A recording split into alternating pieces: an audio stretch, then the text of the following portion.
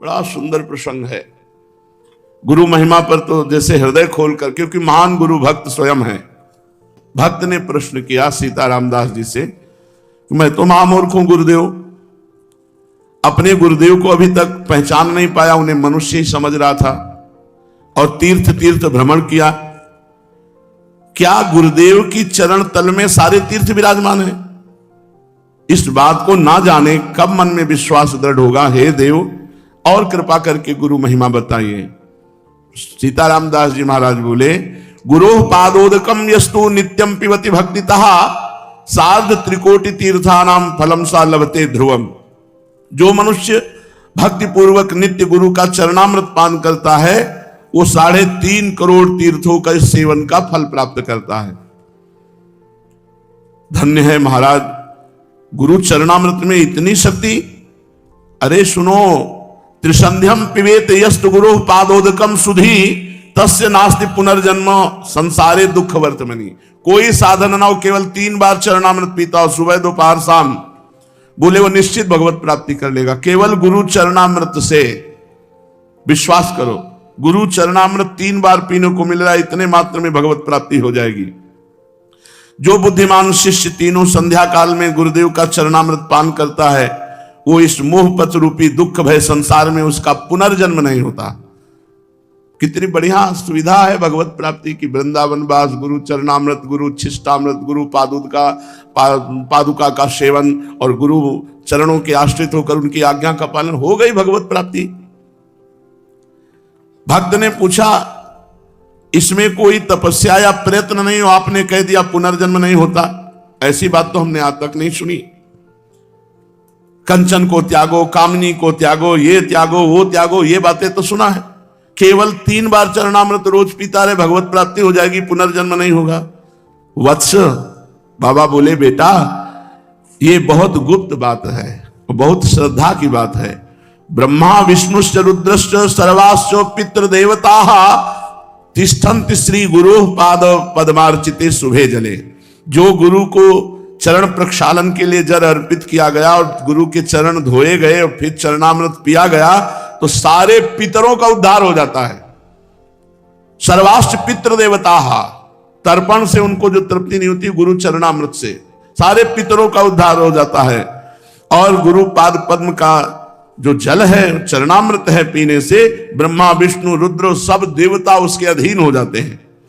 गुरो पादोदकम यस्तु नित्यम पिबेत मानुषः धर्मार्थ काम मोक्षा निधियो जायते च सः। जो मनुष्य नित्य गुरु का चरणामृत पान करता है, वह धर्मार्थ काम मोक्ष का स्वामी हो जाता है, अर्थात चारों पुरुषार्थ उसको प्राप्त हो जाते हैं।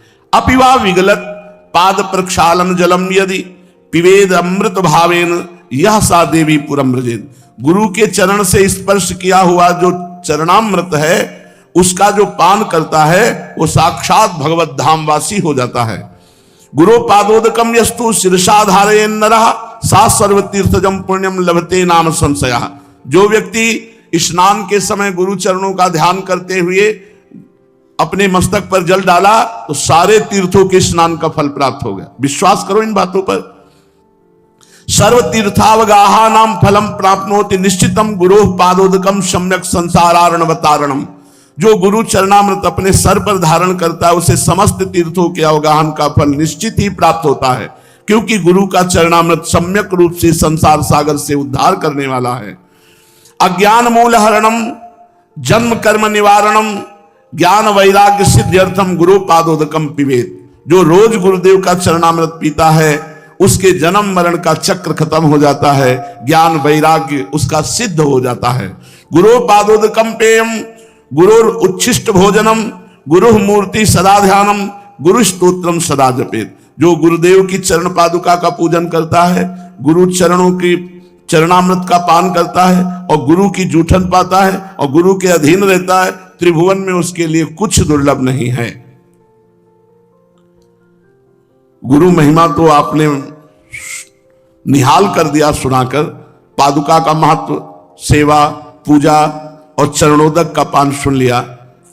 अब शिष्य के लिए और ज्ञातव्य क्या है?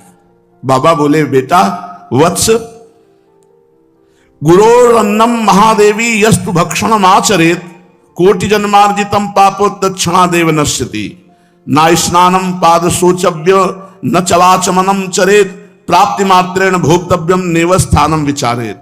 महादेवी, जब मनुष्य को भगवान की कृपा का विशेष प्रभाव होता है तब गुरु की जूठन मिलती है। ऐसे नहीं मिल जाता कि बहुत तड़पना पड़ता है, बहुत व्याकुलता अंदर भगवान जब देखते हैं तब व्यवस्था बना देते हैं गुरु उच्छिष्ट की। गुरु चरणरज, गुरु चरणामृत, गुरु पादुका, गुरु उच्छिष्टामृत, ये सब गुरुदेव की कृपा से प्राप्त है। जो गुरुदेव को भोग लगता है उस अन्न का जो कण है वो जब मुख में जाता है तो तत्काल सारे पाप नष्ट हो जाते हैं। स्नान, पाद प्रक्षालन, आचमन, गुरुदेव का जो भी है, आचमन किया हुआ जूठा जल है, स्नान किया हुआ सर्वांग जल है। कितनी महिमा पूर्व के संत जानते हैं इन बातों को। और जब प्रसाद मिले तो प्राप्ति मात्रेण भोक्तव्यम नैव स्थानम विचारे। मैं नहाए नहीं हूं, मैं कुल्ला नहीं किए हूं, ये कुछ नहीं, जिस समय उच्छिष्ट मिले तुरंत उसी अवस्था में उसको मुख में धारण करो। प्राप्ति मात्रेण भोक्तव्यम नैव स्थानम विचारे। विचार करने की गुंजाइश, कैसा रख दो फिर पा लेंगे, पहले थोड़ा ही किनका चाहे पाओ, तुरंत पाओ जब गुरु उच्छिष्ट मिले, भगवत उच्छिष्ट मिले। ना ब्राह्मण्यम, ना कौलिन्यम, ना जाति नाम विचारणम, ना ज्ञाति सुत बंधु नाम सत्यानाम तत्र चिंतयन। एक स्थानम स्थितम अन्नम तत्तीर्थश्च मंडलीकृतम भोक्तव्यम मोक्षदम शूद्र स्पृष्टम न चिंतयेत। ये बहुत बड़ा अपराध है यदि गुरु की जाति पर दृष्टि रखी जाए कि गुरुदेव किस जाति के हैं, बहुत बड़ा अपराध हो जाएगा। प्रायः जो ज्यादा अपने में देहाभिमानी जन जो जाति अभिमान करते हैं उनसे ही अपराध बन जाता है। ये चीजें बहुत सावधानी की है कि कभी किसी संत के उच्छिष्ट पाने के समय ये बात मत पूछो कि ये किस जाति के हैं, किस कुल के हैं। अब वो हरि स्वरूप हैं, उनका जूठन पाना हमारे लिए सौभाग्य होगा, ये नहीं सोचना कि जाति पक्ष कुल पक्ष ऐसा। जो गुरुदेव जहां स्थित हैं वहीं से प्रसाद मिल जाए तो मोक्ष का कारण बन जाता है। यदि गुरुदेव का प्रसाद मान लो कौआ, कुत्ता, कोई भी ऐसा जीव अचानक, तो हम उसे फेंकेंगे नहीं, हम उसको पा जाएंगे। जो शेष बचा हुआ है वो हम पा जाएंगे। प्रसाद की ऐसी महिमा। हरिराम व्यास जी ने कहा यदि कुत्ता जूठा कर जाए या कौआ ऊपर से बीट डाल दे तो हम उतना हटा करके वो बीट फिर हम प्रसाद पा लेंगे। प्रसाद को नहीं फेंका जाता कि प्रसाद में, और प्रसाद को गर्म नहीं किया जाता कि अब ठंडा है चलो रोटी गर्म कर लो, सब्जी गर्म कर लो, वो फिर अपमान है प्रसाद का। जैसा प्रसाद मिला ठीक वैसा उसी समय पा लिया जाए, ये सर्वप्रथम प्रसाद का सम्मान है। अगर आप कहीं बहुत ऐसा कुछ है, बिजी है भाई कि प्रसाद से ज्यादा आप कोई महिमाशाली कार्य कर रहे तो किनका तो ले लीजिए, बाद में पा लेना। और मुंह जूठा नहीं माना जाता प्रसाद पाने के बाद। प्रसाद पाके तुरंत आप निज मंत्र जप सकते हैं। गुरु उच्छिष्ट और हरि प्रिया उच्छिष्ट पाने के बाद तुरंत उसमें जूठन नहीं माना जाता। क्या गुरुदेव का जूठन अगर कोई अशुद्ध पुरुष छू ले? तो उन्होंने कहा कि उच्च अधिकारी का यही स्वरूप है कि स्पर्श का विचार ना करते हुए तत्काल प्रसाद को पा लिया जाए। ये गुप्त बातें हैं शास्त्रों की जो सुनने के बाद हमारे अंदर श्रद्धा परिपक्व हो जाती है।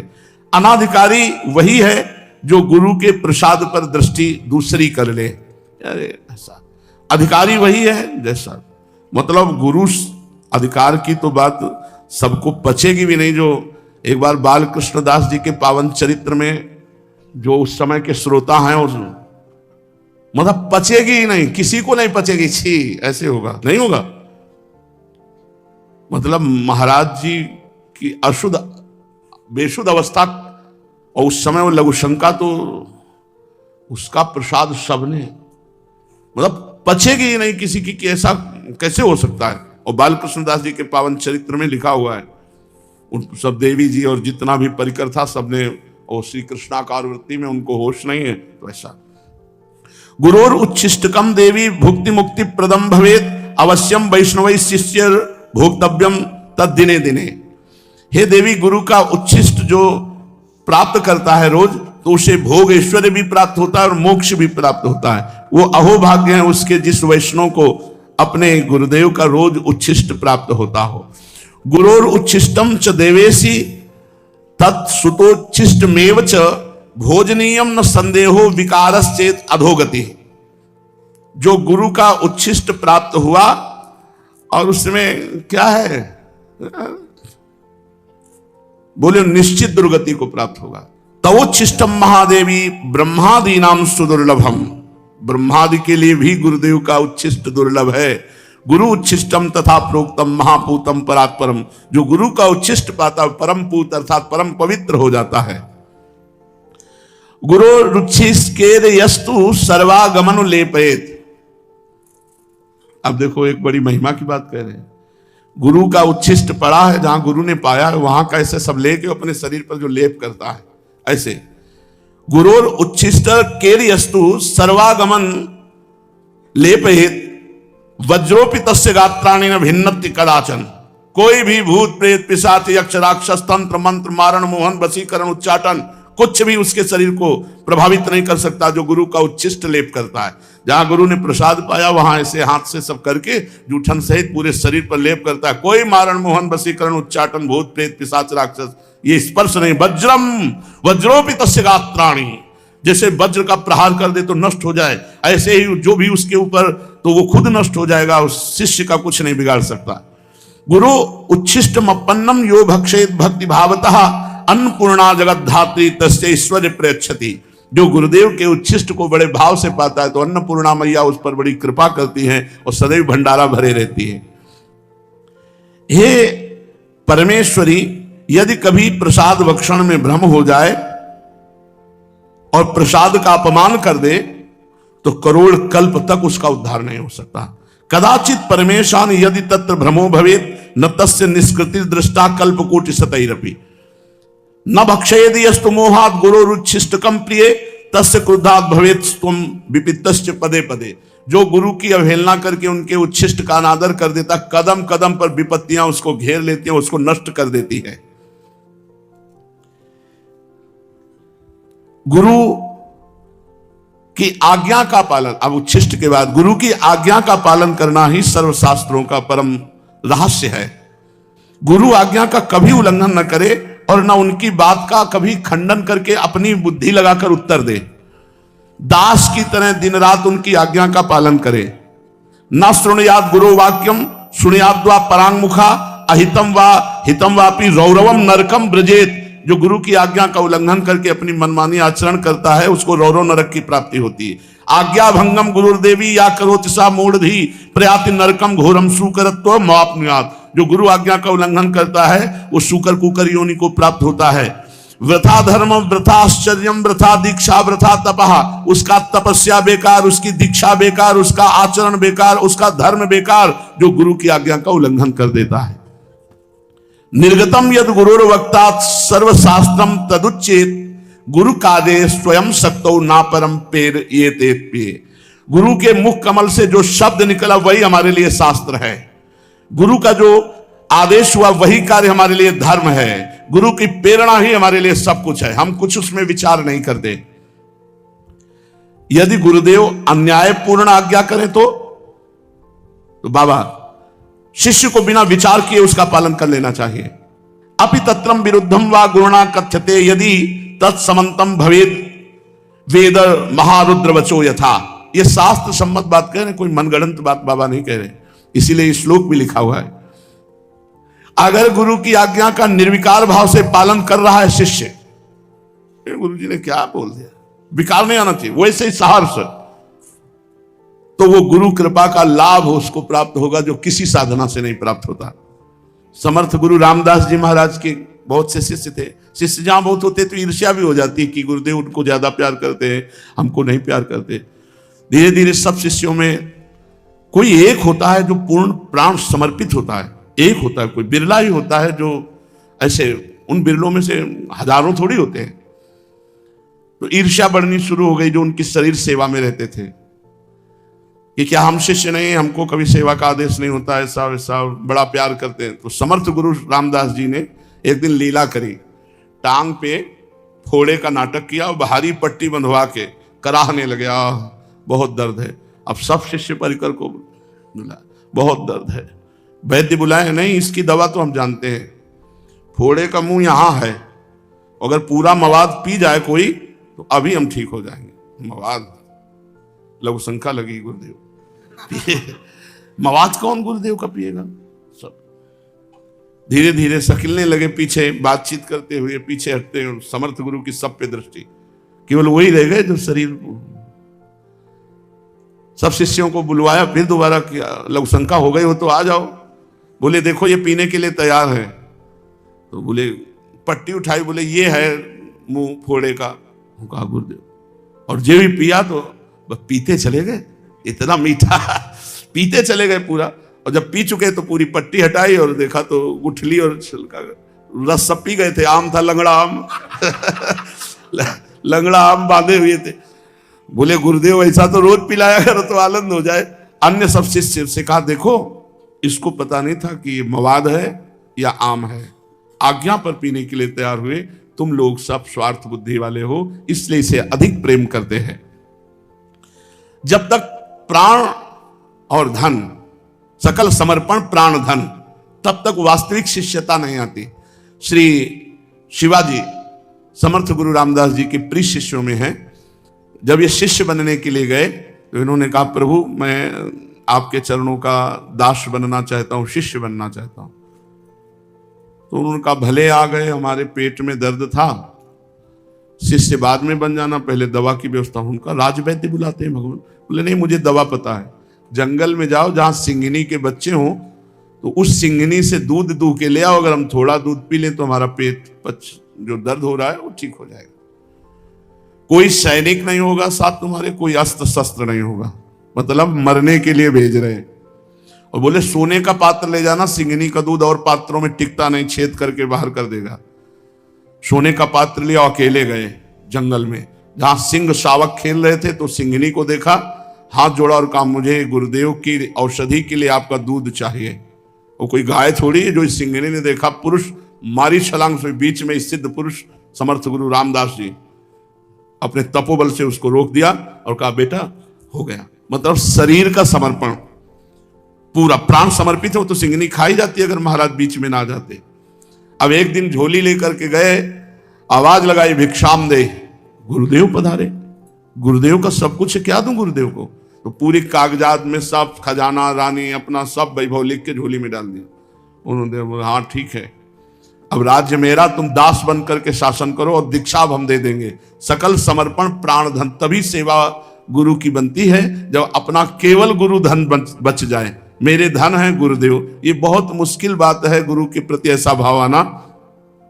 ऐसे गुरु भक्त शिष्य बहुत दुर्लभ है और ऐसे ही शिष्यों को परम सिद्धि प्राप्त होती है।